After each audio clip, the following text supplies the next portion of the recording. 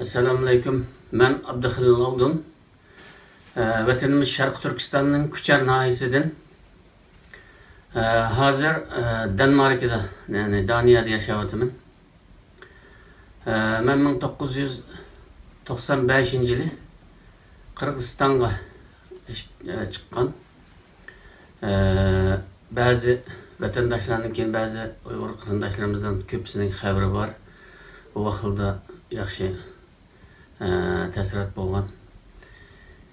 Keyin Qazaqstan'a gelip geldik. Qazaqstanda fəaliyyət.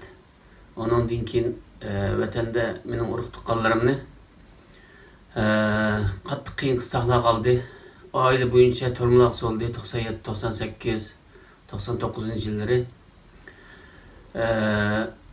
Ata-anamga ağır besimlarni qildi. 2004 yılı küçük inim Yusuf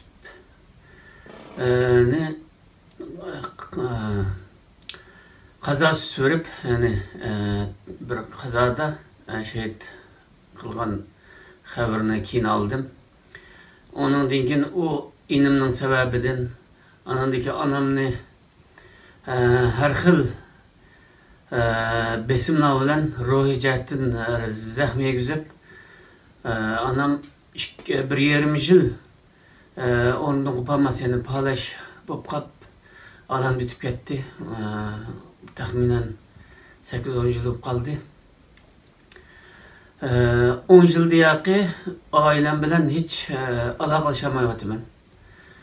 10 yıl oldu ya, tahminen 10 yıl oldu. Ailemle hiç alakam yok. Bu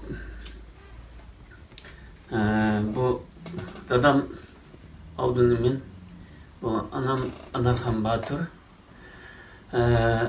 Belki dadam mı kaçıp ketken buluş mümkün. Xitaylarning zindanida anamni şehit kıldı. Küçük kırdı ukamni onu mu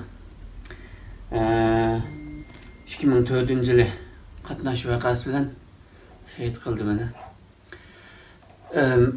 Bizning urug' tuqqanlarimiz, mening urug' tuqqanlarim asosan besim, işkence, torma ve lagerlarda Qiyinqishtaqda turvatıdı.